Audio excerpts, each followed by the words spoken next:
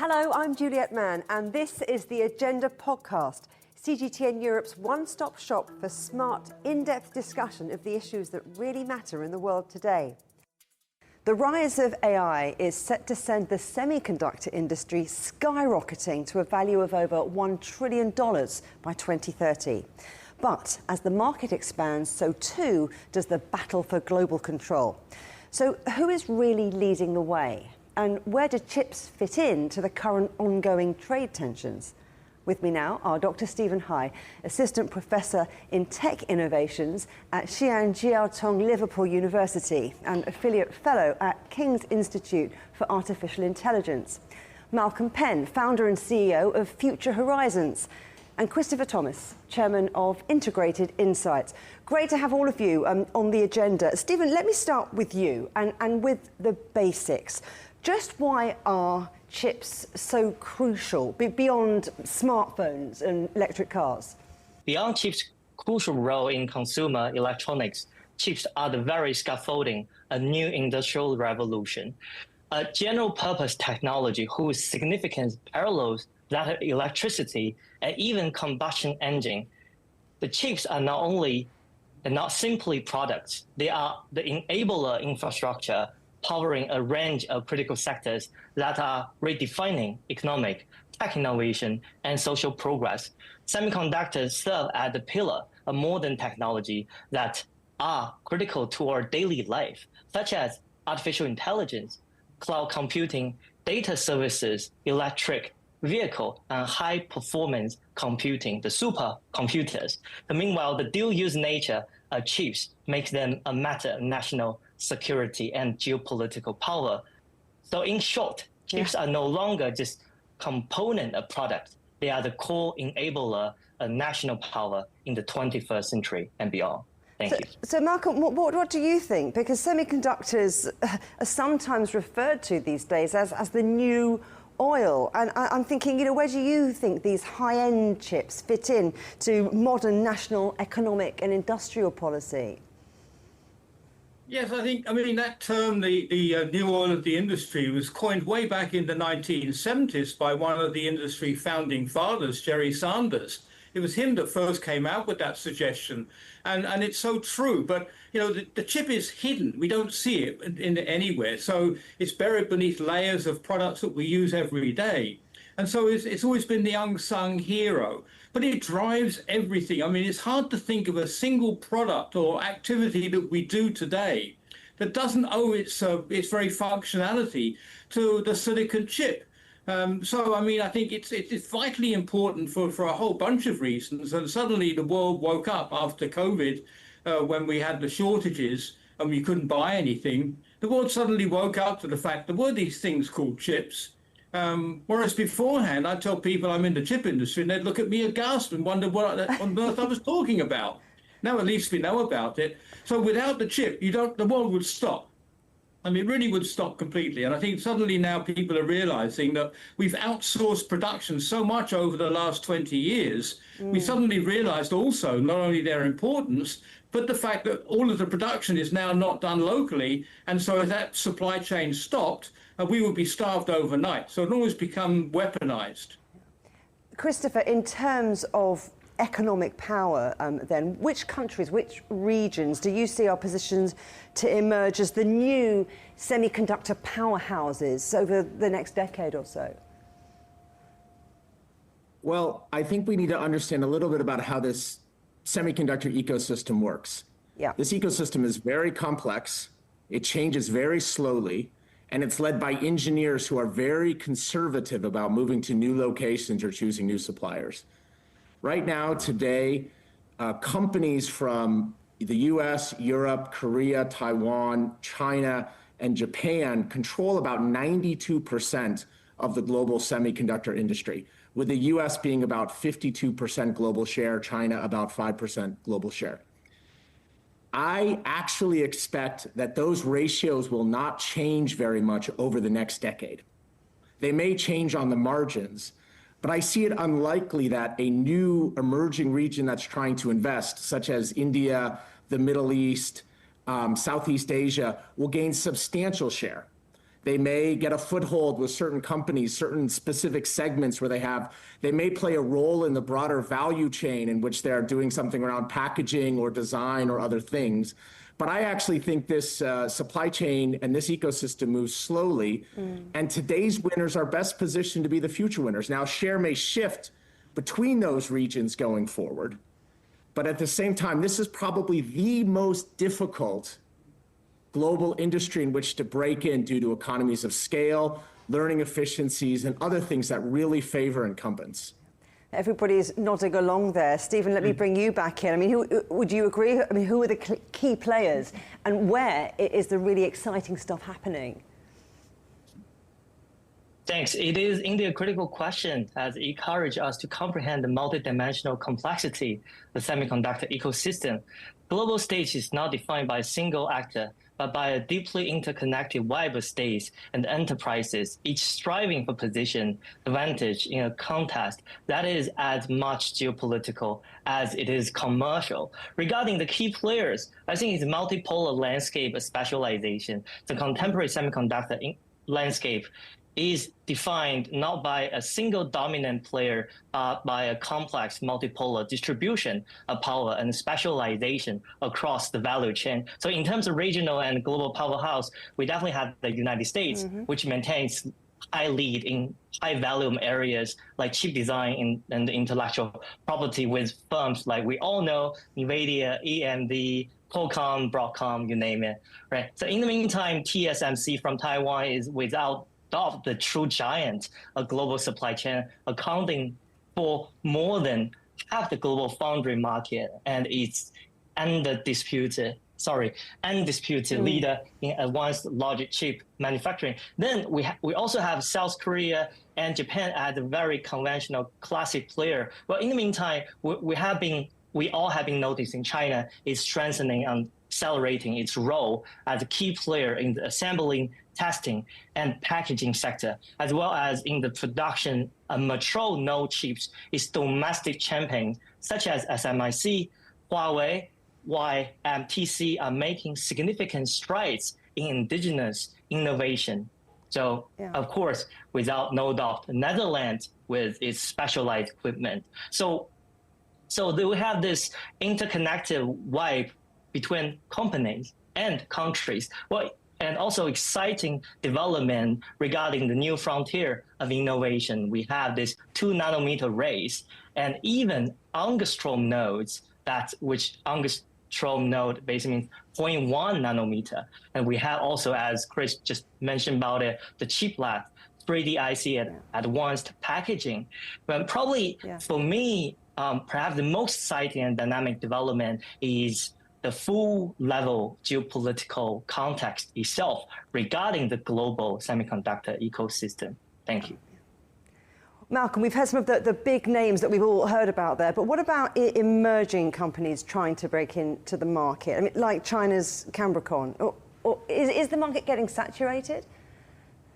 Well, I mean, I think following on from what the last two speakers said, it takes an awful long time for people to gain traction in the industry. And when you look around at the leaders of today, companies like NVIDIA, the Darling, they've been around 25 years or so. TSMC that makes all of the chips for everybody, they're another 25, 30-year-old company. And, you know, a rule of thumb is it takes at least 10 years before you gain traction, and then another 10 years before you actually make a mark on the world. So there's this 20-year wait, which has been applicable for every single large, successful company in the world. But we forget about that part of it. Yeah. So, but the industry thrives on innovation. It thrives on new companies entering the market because it's the new companies which really develop the emerging technologies, which the big companies and their established roadmaps and everything else find very hard to break into because they don't want to disrupt the model that's making them tons of money right now. So that opens the door for all of these innovative companies to come in. Now, where do these companies come from? Traditionally, they've been predominantly from the United States, with a splattering from Europe and a lesser splattering from Japan. Can China be part of the new wave? I think absolutely yes. I mean, there's no doubt about it that their design capability, their innovativeness in design, is very, very strong, very powerful, and they're very creative. I mean, most of the companies in the West, the successful companies, have hired engineers from China because they're good. Okay, so if these good Chinese engineers actually started up their own company, if they were able to do that, then there's no reason why most of them, or some of them certainly, could not become the next NVIDIA or the next, well, not the next Intel because they're on the downhill, but the next NVIDIA, okay? But it will take time and there will be a huge fallout in between that time there. But the keys to this are not just simply having a good idea and a good technology. You've got to have the infrastructure behind you to enable you to actually grow and flourish. And that's not just simply having the engineers, it also means having a financial system that wants to take risks and investing in startups, which most will fail. So you've got to have that kind of atmosphere in the country with the financial community, with the whole community really, which allows allows these companies to actually develop their roots and eventually to flourish. Christopher, we're talking here about things taking time, which seems to fly in the face of the fast-paced technology we're all used to talking about. Where do you see the growth coming from? Well, I think you need to remember that in the semiconductor industry, growth depends on two things. One is, as we've said, innovation, which is innovation in the core technology itself. You need to be able to do something you couldn't do in the past, cheaper, better, faster, and innovation in the usage model, where downstream people who are buying chips are doing new things that people want to pay for and create growth. In addition, and this is a very important thing, a semiconductor by itself has no value. It's just an innate object. You can't eat it, you can't drink it, you can't get entertained by it. Semiconductor companies need their customers to be successful and make money. That's critically important. So where will that happen? I mean, obviously, the watchword these days is AI, AI, AI. And what we've really been speaking about is AI in the data center, which is about training and creating these giant models, which are giving us ChatGPT or DeepSeek or Qwen or all these different interesting models coming out of the US, China, and other places. There's a lot of expectation in the market that that will continue to grow. And I've seen forecasts where that could get 2 to 3 to 4 times larger in the next 5 years. There's also skepticism on that because, again, to fund that growth of the underlying technology, you need downstream services, you need things and customers paying money for the AI services, for the model, for the applications and other things to fund that. That revenue has not shown up yet, so we're sort of investing ahead of the curve. This is a risk for the industry. Where else will the growth come from? It will also come from as AI moves from the core data center into devices, into end products. You'll need to upgrade the computing and the capability of your refrigerator, your PC, your phone, your car to take these in. Where's another big area of growth? Electrification, which is a place where China's leading the world. As you electrify, as you move from AC to DC power, to green power, you need a tremendous amount of power semiconductors and the logic that controls those power semiconductors to make that power be used efficiently. And then this is actually, I think, a really big challenge for the industry. Most chips today still go into PCs, phones, and cars, the old mainstays of the industry. Those industries are not growing on a secular basis. The pie is not getting bigger. Yeah. So you're trying to put more semiconductor content into a flat pie. Semiconductors need to gain more share of wallet, which means maybe your customers make less. We need to find a way to make all of those industries grow faster, which means new, exciting consumers and exciting people saying, I want to upgrade a PC, I want to buy a new car, all of these things. This is sort of a hidden challenge of the industry right now, which will determine how much growth we have in the next 5 to 10 years. A less hidden challenge, of course, though, are external factors. I wonder, Malcolm, what you think and the short to medium-term impact's going to be of export bans, of tariffs, on sanctions on semiconductor production, to global economies more broadly. Yeah, well, these are going to take an awful long time before their true impact will actually impact everything. There's a short-term impact. If someone puts a tariff, then that has to be dealt with in the immediacy of the business there. But companies will not simply move a factory on the basis of a tariff that's introduced in the near term, because that tariff could be taken away again in 3 or 4 years' time when there's a new administration.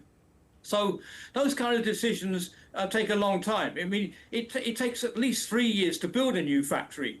So even if people said we're going to build a factory today, you won't see that for another 3 years, at which time there could well be a new government and infrastructure in place. So you're not going to sit around in the boardroom and make these decisions now, which are going to affect you over a long period of time. But you have to deal with them.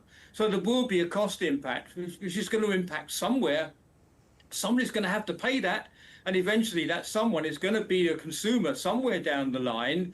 And that will mean, and in fact, that will stifle demand to a greater or lesser extent. No one really knows how much.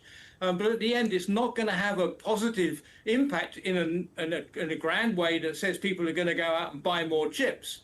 It's going to slow down the market in the near to medium term, which is not what the industry wants. I mean, it likes growth, but it only grows by selling units, by selling more bits and pieces.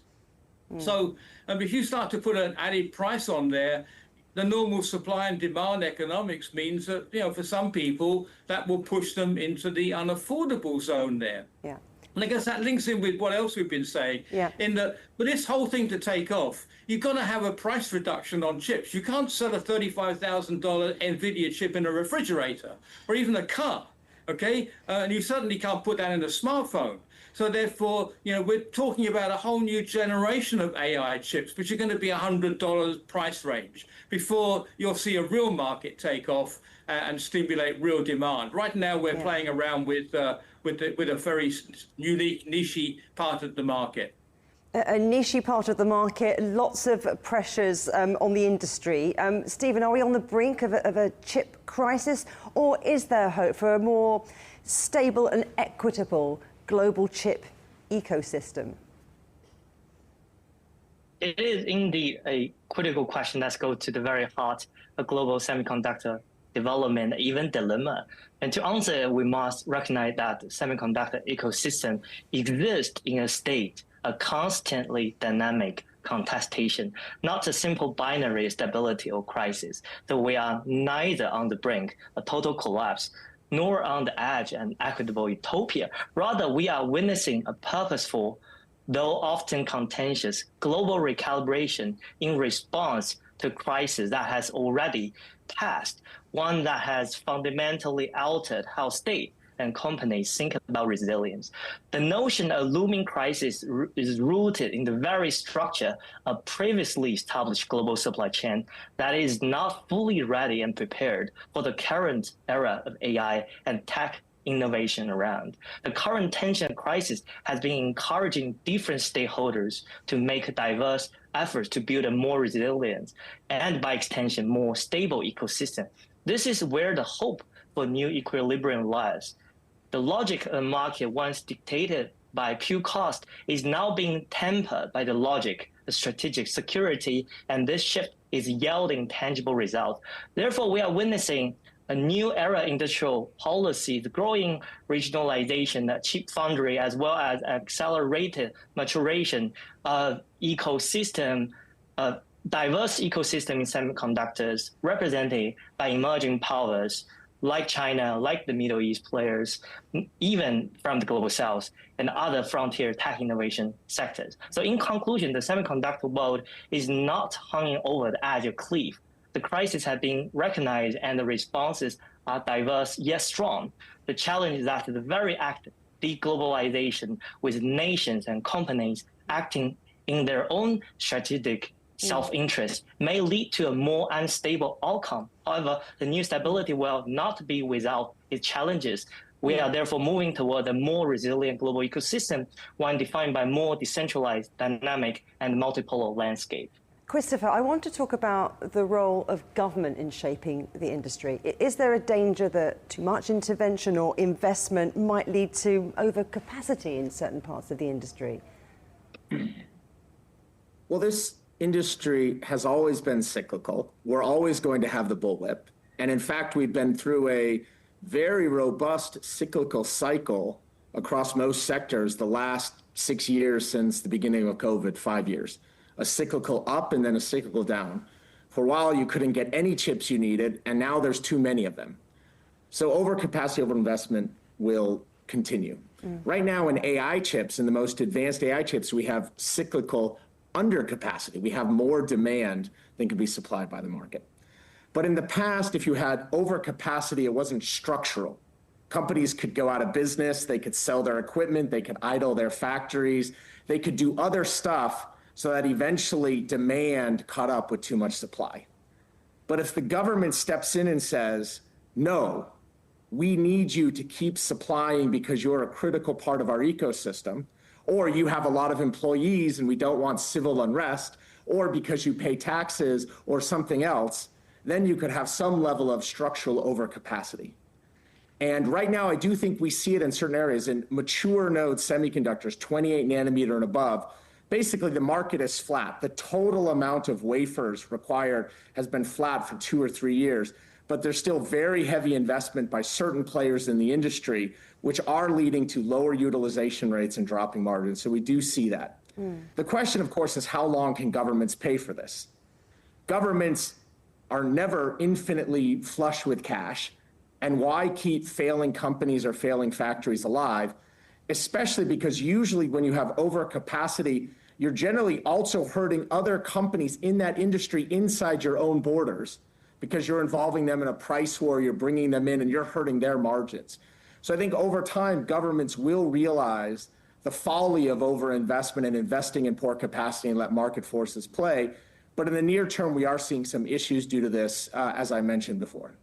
Malcolm, how far are we away from truly revolutionary advancements in the chip design and in the manufacturing? I mean, where are we in terms of quantum chips, for example?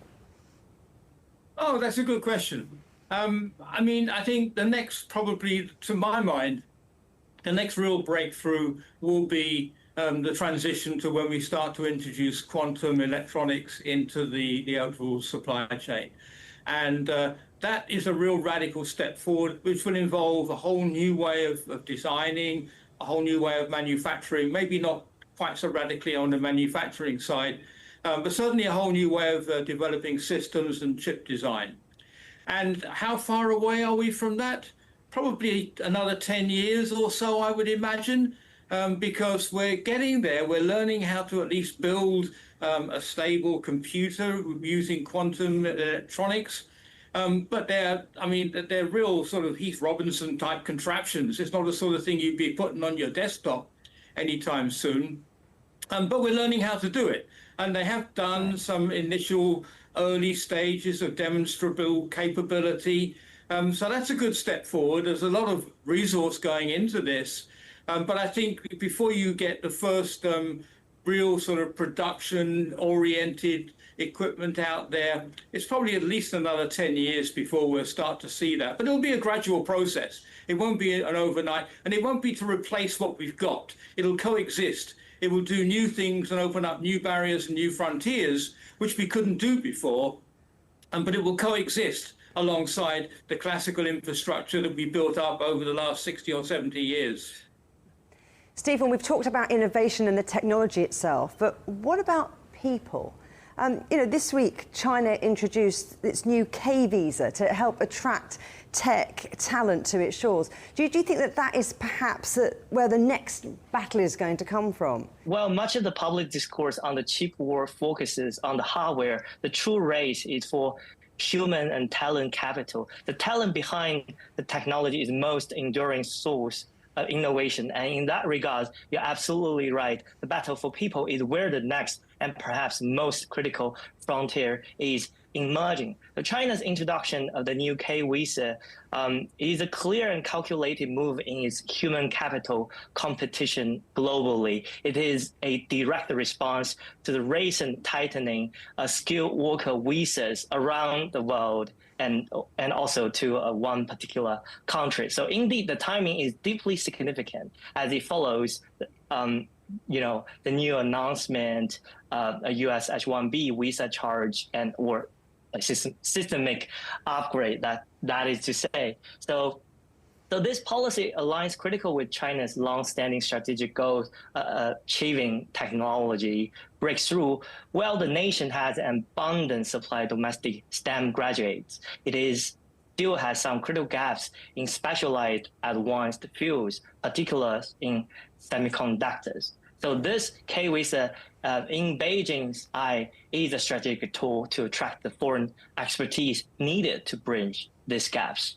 So, and also essentially it's a battle for mind and is critical technology innovation frontier. While the K-Visa signals an openness to foreign talent, its effectiveness remains to be seen, as the policy still has ambiguities concerning key details like specific measurement, the qualification, the residency pathway, family sponsorship, and also the domestic feedbacks.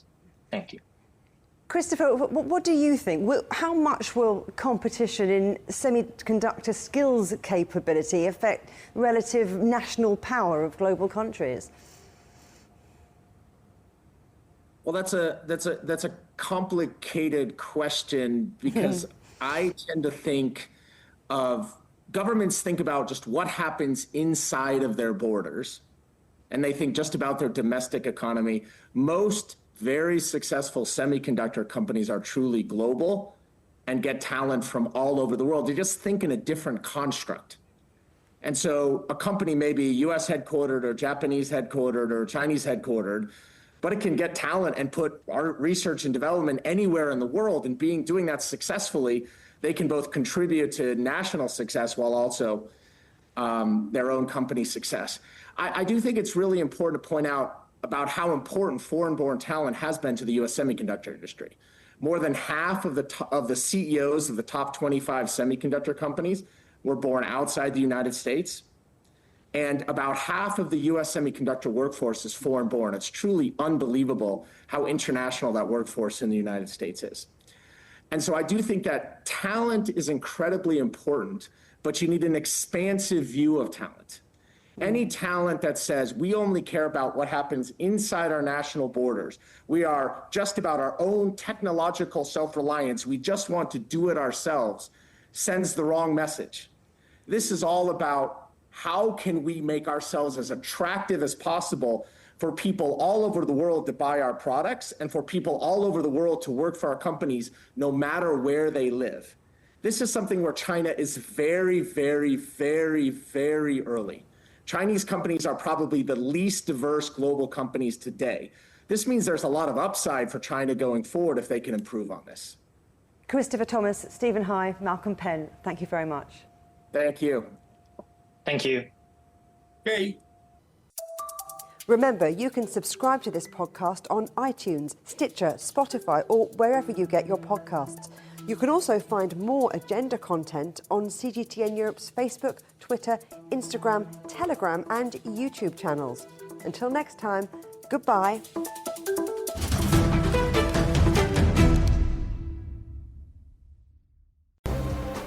The most interesting questions. Are there other living beings beyond Earth? Will man or machine be in charge? Great question. Always have more than one answer. Well, hold on, let me just draw up a list. And always come from more than one person. That's where the credibility lies. The concept of having a machinery which is alive and evolving didn't wait for us. The end of inequality of incomes and wealth around the world, can you imagine how difficult that is at the moment to achieve? Every episode, Stephen Cole, Murray Beveridge, and some of the brightest minds out there shed light on the answers to some of the most intriguing questions. There are two ways of looking at this. Machines can't really discriminate between civilian and military targets. The Answers Project. Maybe we need to just look at this in a bit more detail. Extraordinary claims require extraordinary evidence. The Answers Project, a new podcast from CGTN Europe.